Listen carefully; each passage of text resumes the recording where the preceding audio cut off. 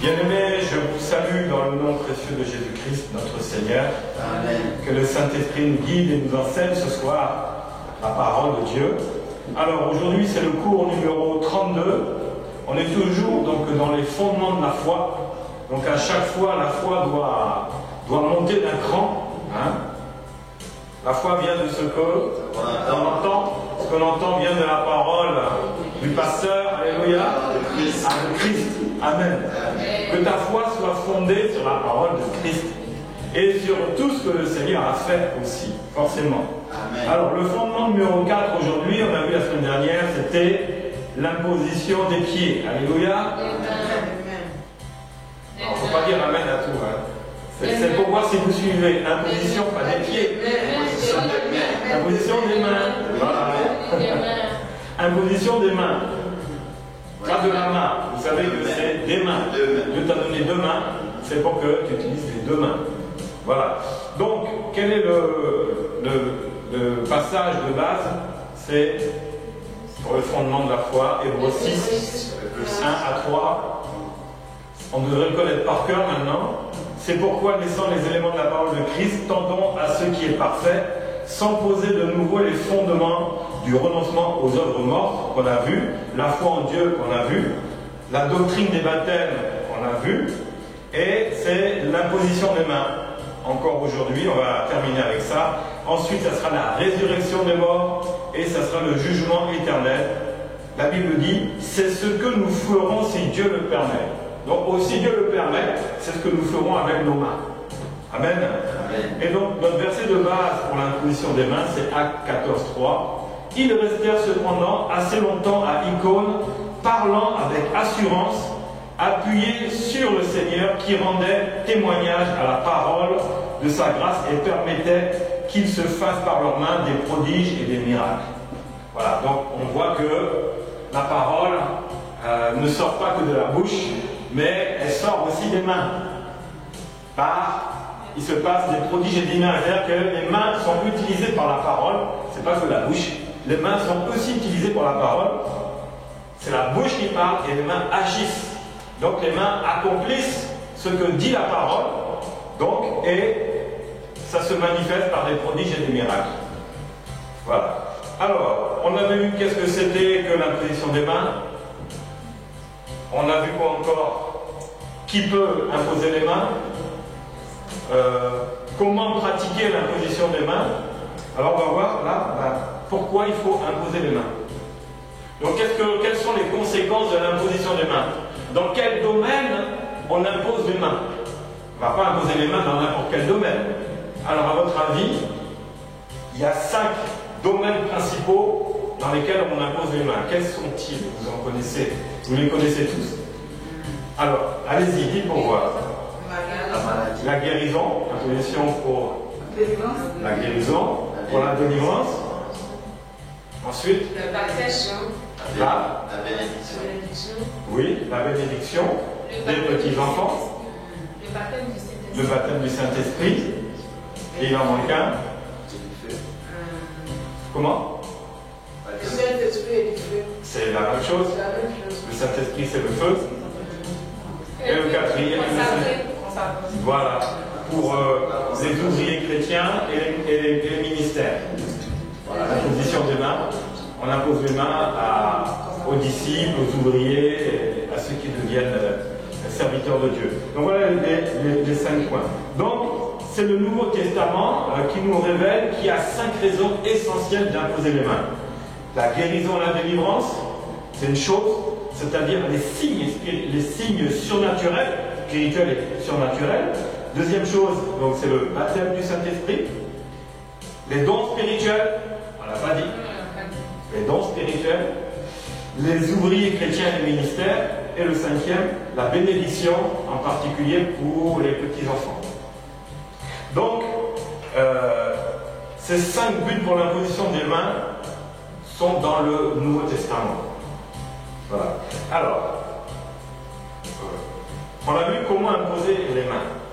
Je vais vous rappeler que l'imposition des mains se fait par la volonté de Dieu et au nom de Jésus.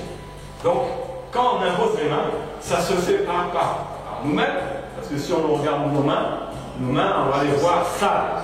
Mais c'est par le nom de Jésus, par la parole de Christ, qui va s'accompagner d'une onction qui va descendre sur celui qui impose les mains.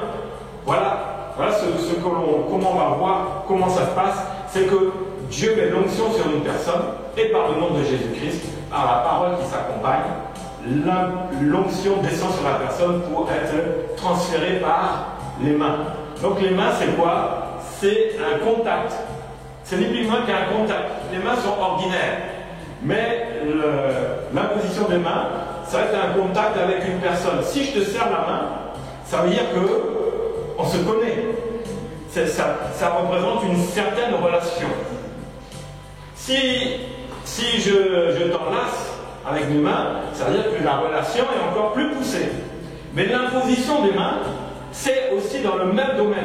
Ça amène à avoir une relation avec la personne. On ne met pas la main sur n'importe qui. Là où tu mets ta main, c'est que c'est une personne avec qui vous marchez ensemble, vous êtes d'accord. Vous êtes en Christ, donc tu acceptes que j'impose la main. Donc là, à un moment donné, ce que j'ai, tu le reçois, on devient une personne. Parce qu'il y a contact. Voilà déjà la base. Ensuite, il faut savoir que l'imposition des mains, c'est la parole de Dieu qui est devenue vivante à travers Christ. Donc ce n'est pas nous, on doit croire ça. Pourquoi? Dans quelle manière on va imposer les mains? Donc tout ce qu'on peut faire, il faut se dire que c'est Dieu qui agit en Christ. Ni plus ni moins. Tout ce que je fais, c'est au nom de Jésus-Christ. Je suis simplement un intermédiaire que Dieu utilise par la volonté de Jésus. Et donc, c'est un acte, on avait vu, un acte d'obéissance et de foi en Jésus-Christ. Parce que tu imposes les mains, mais il faut que tu marches dans l'obéissance, tu marches dans la foi, sinon, il ne va pas se passer grand-chose. Et comme le prophète Ésaïe l'a annoncé dans le chapitre 61, ça amène le temps de la grâce. L'imposition des mains, ça confirme qu'il y a le temps de la grâce. Alors, le premier point, pourquoi imposer les mains? Donc, on a le plus commun que l'on connaît, c'est pour la guérison, c'est pour les malades, et c'est pour la délivrance, c'est ceux qui sont captifs, quoi. Captifs des esprits mauvais, des démons, de malédiction, toutes ces choses-là. Voilà, c'est-à-dire, c'est pour les œuvres spirituelles, c'est-à-dire ce sont des signes surnaturels. Tout ce qui est surnaturel, guérison, délivrance, ce sont des actions surnaturelles qui vont se passer à travers l'imposition des mains. Alors, ça a été programmé depuis l'Ancienne Alliance. C'était le plan de Dieu. Luc 4, 16 à 20. Il se rendit, donc Jésus se rendit à Nazareth, où il avait été élevé selon sa coutume. Il entra dans la synagogue le jour du sabbat. Il se leva pour faire la lecture et on lui remit le livre du prophète Ésaïe.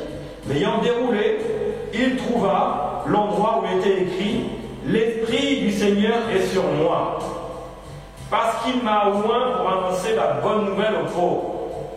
Il m'a envoyé pour guérir ceux qui ont le cœur brisé, pour proclamer aux captifs la délivrance et aux aveugles le recouvrement de la vue, pour renvoyer libres les opprimés, pour publier une année de grâce du Seigneur. » Ensuite, il roula le livre, le remit au serviteur et s'assit.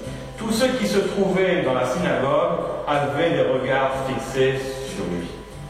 Donc, bien aimé, ça,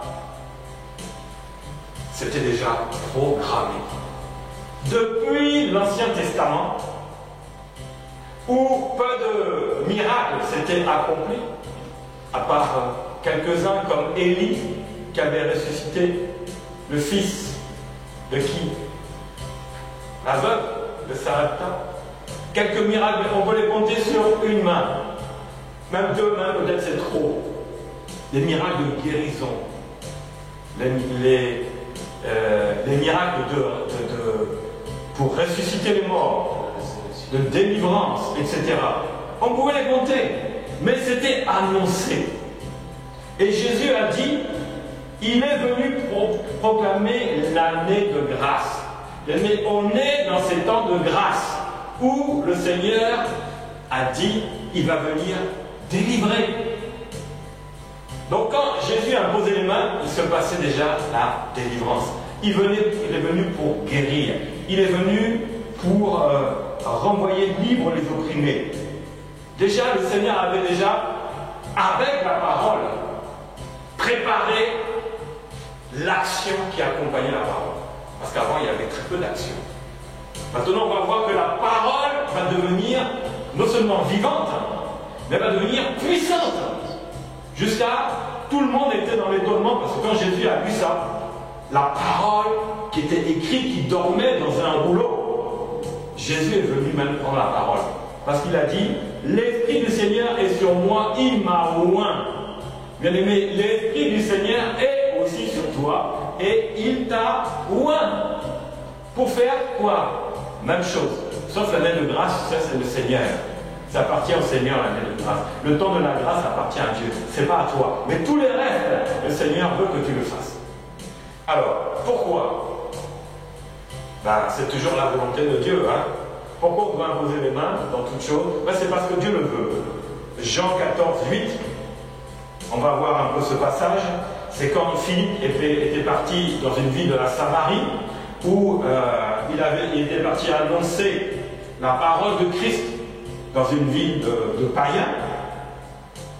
Les gens avaient cru, ils avaient confessé Jésus. Beaucoup de miracles se produisaient parce que Philippe a posé les mains.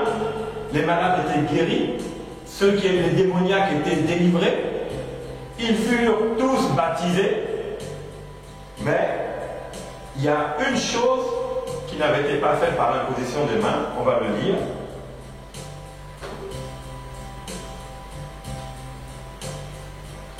C'était l'imposition des mains pour recevoir le Saint-Esprit. Et quand Pierre et Jean sont venus, ils ont imposé les mains. C'est à ce moment-là qu'ils furent tous baptisés du Saint-Esprit. Ça, c'était la volonté de Jésus.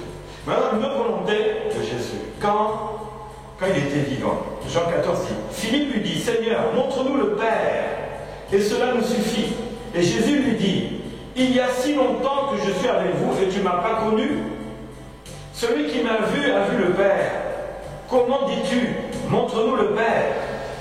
Ne crois-tu pas que je suis dans le Père et que le Père est en moi?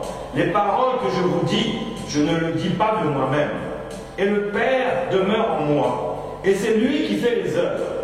Croyez-moi, je suis dans le Père, et le Père est en moi. Croyez du moins à cause de ses œuvres. Vous voyez, ici, il y a des gens qui venaient un peu s'opposer à Jésus, dont Philippe, parce que Jésus faisait beaucoup de miracles.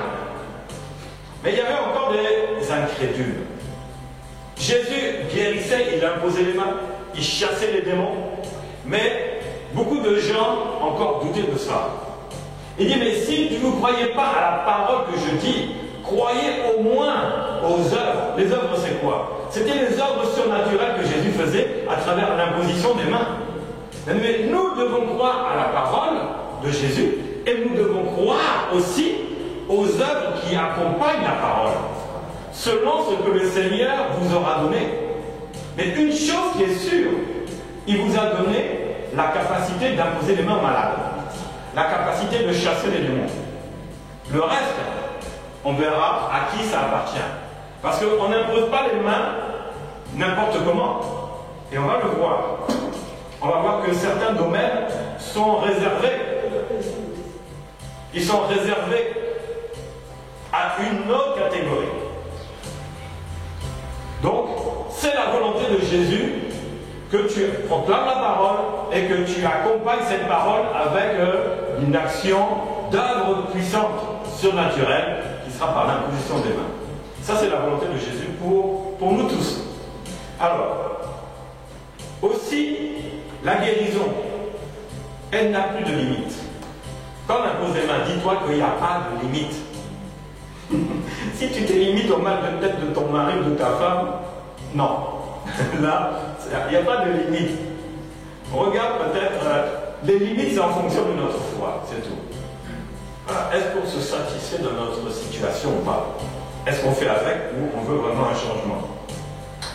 Alors, Jean 14, toujours, 12 dit, en vérité, je vous le dis, celui qui croit en moi fera aussi les œuvres que je fais, et il en fera de plus grandes.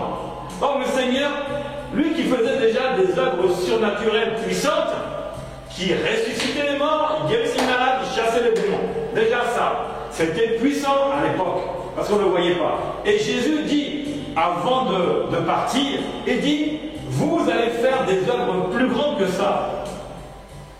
Le Seigneur t'amène à faire des œuvres plus grandes, déjà à faire ces œuvres-là, déjà dit, waouh, j'aimerais bien déjà arriver à ce que Jésus a fait. C'est vrai ou pas? Oui, mais Jésus a dit, tu vas aller au-delà. Déjà, fais ce qu'il a fait là, arrive déjà dans ce monde, son domaine surnaturel, où on va te traiter de mystique. Vous savez, les chrétiens qui marchent de manière miraculeuse, on les appelle des mystiques. C'est grave, hein? C'est-à-dire qu'on les met dans un domaine là de gens qui se mélangent avec la sorcellerie. Oh, lui, c'est un chrétien mystique. C'est-à-dire on le classe déjà un peu dans la catégorie bizarre. Mais non. Alors Jésus était mystique. Et nous, on est encore plus mystique que Jésus. Certains apôtres étaient plus mystiques que Jésus. Alors, celui qui croit en moi fera aussi les œuvres que je fais, il en fera de plus grandes. Donc, dis-toi que tu vas faire les œuvres que Jésus a faites et tu vas en faire de plus grandes. On a vu dans les cours précédents, obéissance et la foi. Si on ne marche pas dans la crainte de Dieu, bien aimé, tes mains là, ça va fatiguer jusqu'à ce que tu vas les remettre dans tes poches. Parce qu'il ne va rien se passer. Il faut que tu mettes ta foi, il faut que tu crois, il faut que tu marches dans la sanctification, c'est-à-dire dans l'obéissance à la parole de Dieu. Tes mains, tu vas les sortir, toi-même tu seras convaincu, parce que ma vie spirituelle est tellement en ordre. Je marche tellement avec le Saint-Esprit que je ne doute pas que je peux imposer les mains aux malades, je sais qu'ils seront guéris. C'est ça, bien aimé. Pourquoi tu dois imposer les mains? Parce qu'il y a des malades qui ont besoin d'avoir Jésus afin qu'ils soient guéris physiquement. Parce que la parole est venue pour le côté esprit, mais aussi pour le côté charnel. Pour que l'âme soit guérie, le corps soit guéri. Et l'esprit est déjà guéri. Donc, il a dit, parce que je m'en vais au Père. Et tout ce que vous me demanderez en mon nom, je le ferai, afin que le Père soit glorifié dans le Fils. Si vous demandez quelque chose en mon nom, je le ferai. Est-ce que tu as besoin de demander à Jésus, donne-moi la guérison? Non. Mais Seigneur, donne-moi rends-moi obéissant. Rends-moi, fais-moi un homme de foi, que je puisse marcher dans la sanctification. Demande ces choses-là, parce que derrière, c'est les dons. Tu pourras prier pour les malades, tu pourras aussi prier pour ceux qui sont captifs. Voilà. Donc, miracle, ça n'a pas de limite. La limite, c'est toi. La limite, c'est toi, c'est moi. C'est tout. Mais Jésus a déjà tout mis en place. C'est nous qui nous limitons à travers la parole, à travers notre vie. En fait, c'est notre vie qui limite, notre vie charnelle conditionne notre vie spirituelle. Vous voyez? Ni plus ni moins. Plus tu quittes la vie charnelle, plus tu rentres dans la vie spirituelle, plus tu vas voir que l'onction qui vient sur toi va mener la guérison. Parce que c'est l'onction qui brise le joug de la maladie, le joug des malédictions, tout ça. Donc, plus tu t'approches du Seigneur, plus l'onction va venir. S'approcher, c'est dans la prière, c'est dans la manière de marcher. Voilà. Ça, c'est fondamental. Alors, aussi, Marc 16, 17, c'est le message pour tous ceux qui croient. Message d'imposer les mains aux malades et les malades seront guéris. Message de chasser les démons et les démons partiront. Marc 16, on l'a vu. Voici les miracles qui accompagneront ceux qui auront cru. Ils chasseront les démons, etc. Ils imposeront les mains aux malades et les malades seront guéris. C'est un message qui est actuel. Beaucoup disent que ça c'est fini. C'est passé, c'était avec les apôtres, c'est terminé. Mais non. La Bible dit tous ceux qui croiront, tous ceux qui auront cru, donc pourront imposer les mains. Donc pourquoi Parce qu'il y a des malades et Jésus a besoin encore de ceux qui croient en lui. Parce que l'œuvre de Jésus ne se terminera qu'au retour de Jésus. Mais en attendant, il y a la bonne nouvelle à amener que Jésus a annoncée à travers le prophète Ésaïe au chapitre 61, verset 1. C'est ça, bien aimé, pourquoi? Parce qu'il y a des malades, parce qu'il y a des captifs, il y en a qui ont besoin de recevoir Jésus. Tu ne peux pas recevoir Jésus dans ta vie comme Seigneur et Sauveur et sauvé et marcher avec une maladie. Ça ne peut pas aller, ça ne marche pas. Alors, donc aussi, pour proclamer aux captifs la délivrance, acte 9, l'histoire d'Ananias.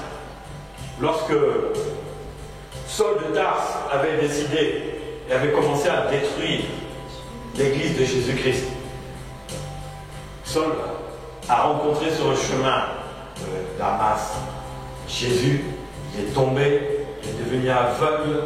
C'était quelqu'un qui était possédé par l'esprit de mort, Paul. Enfin, Saul de Tarse, il est devenu Paul après.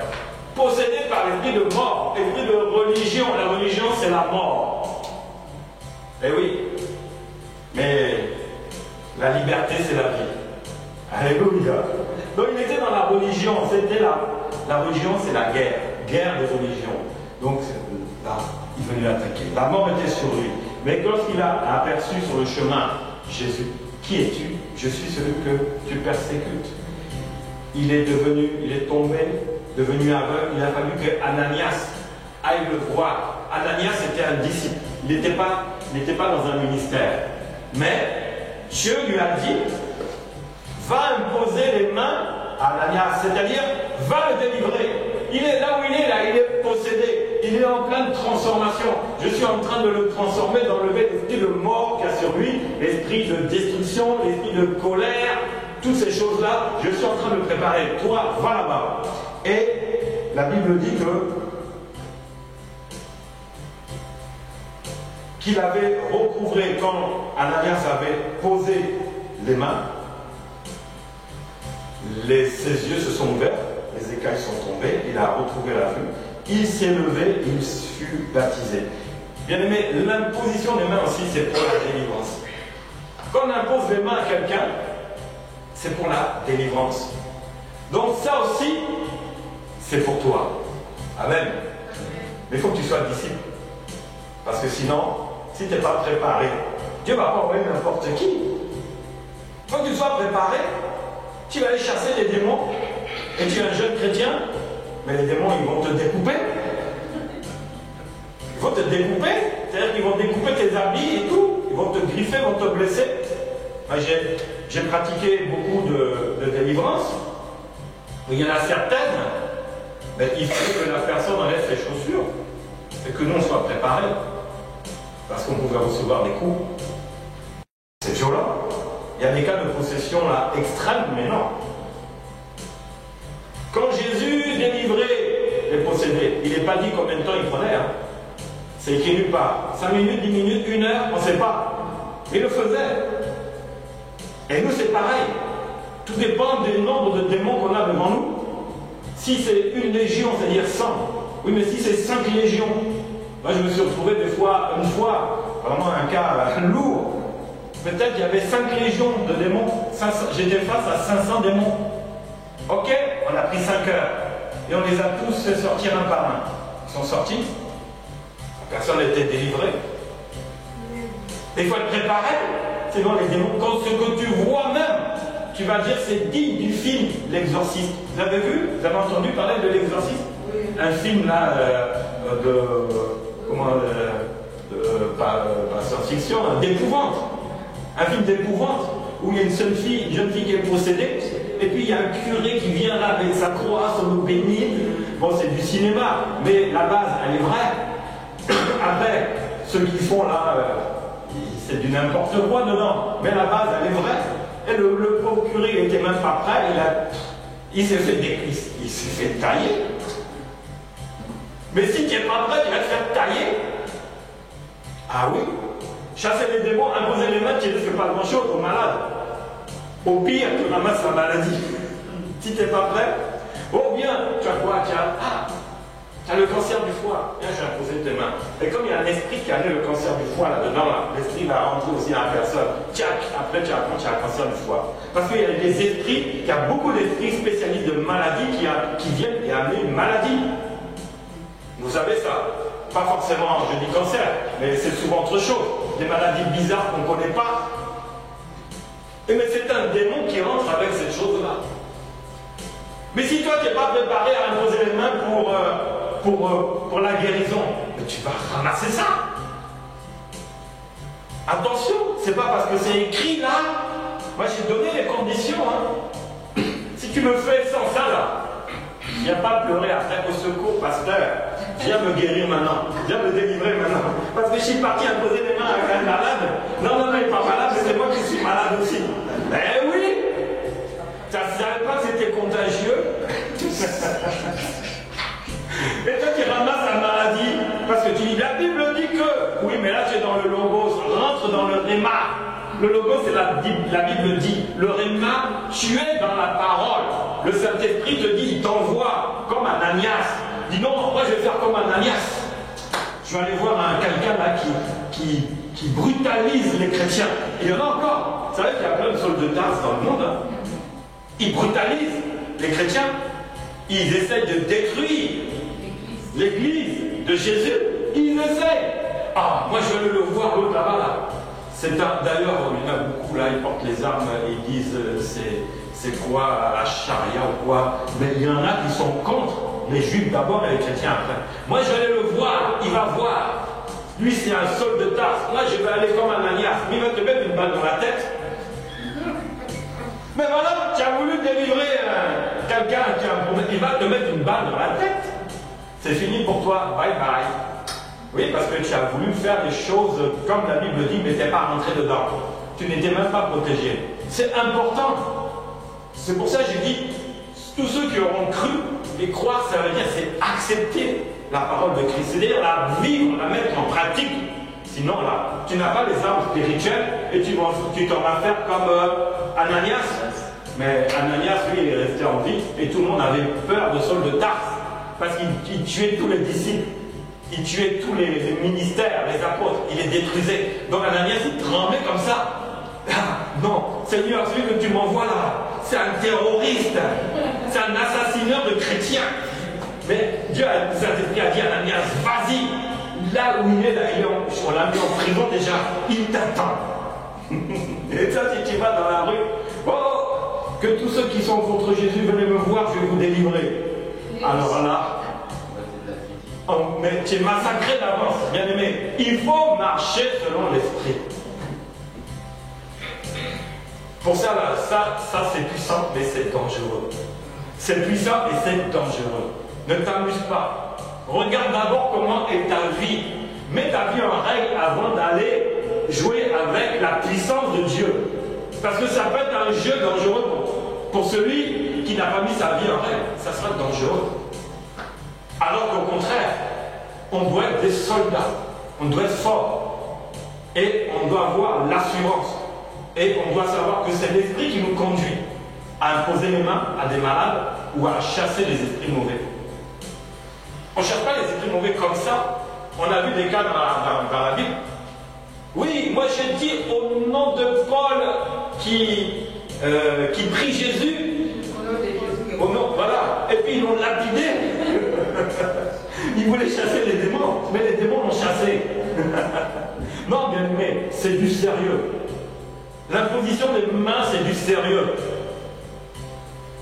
Parce que c'est un acte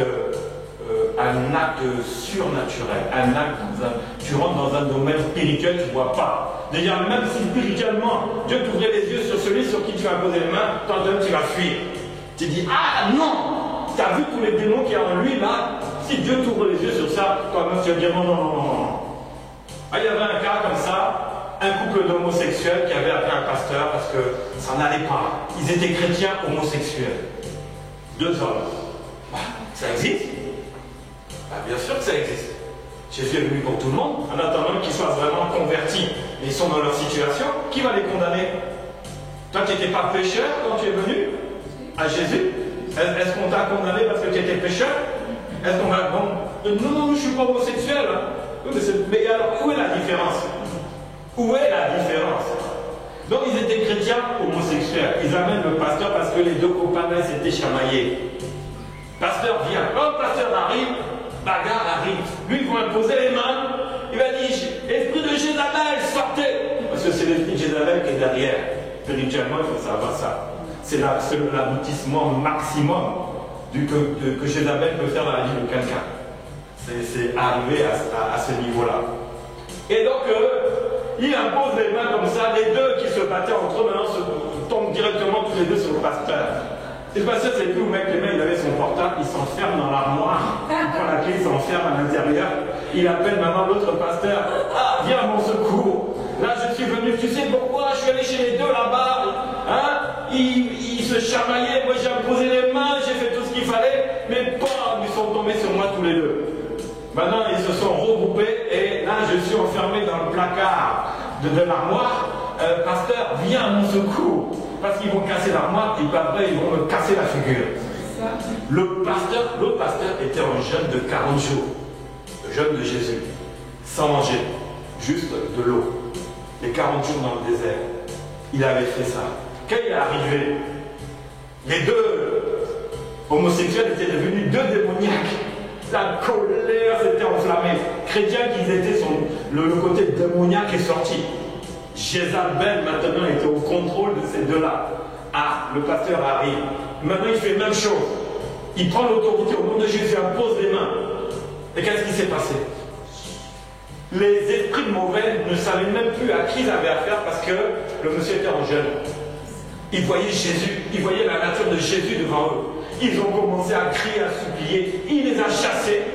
Les deux jeunes hommes homosexuels ont retrouvé leur calme. Ils ont retrouvé leurs esprits, entre guillemets. Et on a pu ouvrir la porte au pasteur. Ils étaient enfermés. Et voilà. Le temps a passé. Ils allaient à l'église, tout se passait bien. Chacun, mais ils se sont séparés. Chacun a trouvé une femme, ils se sont mariés, ils ont eu des enfants. C'est une histoire vraie, donc. L'imposition des mains peut t'amener dans un placard. Ou bien être devant et utiliser l'autorité spirituelle. Vous voyez? Parce que Jézabel qui les contrôlait, voit qui est en face. Attends, mais toi je te connais, moi. Toi et moi là, moi j'étais avec toi, tu es encore faible spirituellement, impose les mains, tu vas voir. Bam! C'est ce qui est écrit dans la Bible. L'exemple qu'on a vu, c'est la même chose. Donc, la position des mains, c'est pour proclamer la délivrance aux captifs. Colossiens 1,13 dit « Il nous a délivrés de la puissance des ténèbres et nous a transportés dans le royaume de son Fils bien-aimé. » Beaucoup étaient ceux qui étaient possédés, on dit ça. Peut-être toi-même, à un moment, tu sentais que ça n'allait pas. Mais quand quelqu'un est venu imposer les mains sur toi, tu as senti immédiatement ou après un changement. La paix est venue, la colère a été remplacée par l'amour de Jésus. Là, on voulait faire du mal et on commençait à aimer ceux qu'on détestait. On commençait à relativiser tous ceux qui cherchaient à nous faire du mal dans la vie de tous les jours. On commençait à être plus sages. C'est ça, c'est la délivrance est passée par là. Et c'est par l'imposition des mains. Tu peux arriver à ce niveau-là, mais il y a du travail. Ensuite, c'est pour amener aussi à un changement complet de vie. Hein? La Bible dit, si quelqu'un est en Christ, il est une nouvelle création. Les choses anciennes sont passées, toutes choses deviennent nouvelles. C'est-à-dire que quand on impose les mains, c'est-à-dire qu'il y a tout ce changement qui s'opère. Mais ce n'est pas n'importe qui va imposer les mains. Celui qui marche avec le Seigneur. Et on est tous amenés à marcher avec le Seigneur pour chasser les démons et pour imposer les mains aux malades. Voilà. Pourquoi? Parce qu'il y a un travail à faire. On n'est pas là dans l'église, oui, alléluia, on chante, l'onction est là, on danse, etc. Non. Ça, c'est bon. Mais il y a une mission à faire. Cette mission, c'est ça. C'est pour avoir la guérison complète. Hébreux 4,12 dit « Car la parole de Dieu est vivante et efficace, plus tranchante qu'une épée quelconque à deux tranchants, pénétrante jusqu'à partager âme et esprit, jointure et moelle. Vous voyez ici, la parole de Dieu va travailler dans l'esprit, sur l'esprit de l'homme, elle va travailler sur l'âme de l'homme et sur le corps de l'homme. Donc la guérison, la délivrance est totale et complète. C'est pour ça que la Bible dit « Je suis une nouvelle créature. Les choses anciennes, c'est terminé. Elle juge les sentiments et les pensées du cœur. Nulle créature n'est cachée devant lui, mais tout est nu et découvert aux yeux de celui à qui nous devons rendre des comptes. » Donc voilà ce que c'est que la guérison, la délivrance, les signes surnaturels. Est-ce que vous avez des questions à poser là-dessus? Oui? Oui, moi je voulais savoir si on peut imposer les mains, par exemple, à part les hommes, à part les malades, si on peut imposer, parce que je vois les gens quand il y a la nourriture, ils imposent les mains, les prix, ou bien soit c'est quelque chose qui vient de ta grand-mère que tu n'as pas confiance à elle. Oui, mais là, on n'est pas dedans. Ah, d'accord. Ça va venir après. Là, c'est guérison et délivrance. Tu imposes les mains aux malades et tu chasses les démons. Tu amènes la délivrance aux captifs. Donc là, le cours est basé là-dessus. Ce que tu dis là, c'est des choses qui vont venir après. Hein? Donc, on répondra à ta question après. Maintenant, sur ça, sur ce cours-là, j'impose les mains aux malades. Pour commencer, papa, il faut vraiment donner oui, c'est vrai, on marche dans la crainte, on a l'obéissance. Aussi, il faut qu'il y ait aussi la conviction. La foi. C'est la foi. Comme je dis, obéissance, foi et crainte de Dieu. Oui. Donc, sanctification. Donc, la conviction, c'est la foi. Il faut que ta foi soit la substitution du doute. Voilà. Et la peur aussi. Parce que même la peur, c'est la... Non. Mais non, c'est la peur. Il paraît que là, il y a un malade là, il est contagieux jusqu'à... Tous ceux qui ont posé les mains sont tombés malades aussi. Donc toi qui arrives là, je vais mettre des gants avant, pour te protéger. Elle dit, non, il faut faire les choses par la foi, pas par peur. Papa, est-ce que quelqu'un peut s'imposer de lui-même la main quand il est souffrant? Évidemment. Quand il est souffrant. Évidemment. C'est ton corps, non? Vous imposerez les mains aux malades, c'est toi-même. C'est pour ça qu'il avait dit à Jésus, mais Jésus avait répondu, oui, je vous vois venir. Tu dirais, toi, tu es médecin, guéris-toi toi-même d'abord. Mais oui, c'est la vérité. On peut aussi. Tu t'imposes les mains, tu as mal au cou. Là, là ta foi, là. Elle est sur toi, hein. Là, c'est vraiment, tu arrives à un niveau, au lieu d'appeler ce pasteur, je vais dire non, je mets la parole en pratique, je mets ma main au cou, afin que mon torticolis disparaisse au nom de Jésus-Christ. Mais c'est la main, mais c'est ça. Tu dois prendre le contrôle de tout ton corps. Il est soumis. Ton corps est soumis à l'Esprit de Dieu. Ta chair, c'est-à-dire ton âme et ton corps sont soumis à l'Esprit qui parle à ton esprit et ton esprit de dire impose la main et proclame les paroles. Et le nom de Jésus ne se limite pas au corps des autres. Notre corps fait partie aussi. Donc, effectivement, n'hésite pas. Fais-le. Si tu ne le fais pas, bon, peut-être par oubli ou par ignorance, maintenant tu le sais. Et celui qui est debout dans la prière, ben, il va imposer la main pour lui. Hein. Contrairement à des médecins qui disent un médecin, même qui est malade, eh ben, il ne va pas s'ausculter lui-même. Il va aller voir un autre médecin. Hein. Un dentiste, il ne va pas se soigner lui-même. Il va aller voir un autre dentiste. Voilà. Mais nous, c'est différent. Si tu marches avec vraiment dans tout ce qu'on a dit là, tu imposes les mains malades et tu vois les miracles qui se passent. Tu te dis, mais pourquoi pas? Pourquoi je me priverais aussi de cela? Tu peux le faire. Tu peux impose-toi les mains. Ça marche. Ça marche pour tout le monde, pour toi-même. Une autre question? Non, c'est fini? Voilà. Oui? Terminé? Alors que Dieu vous bénisse.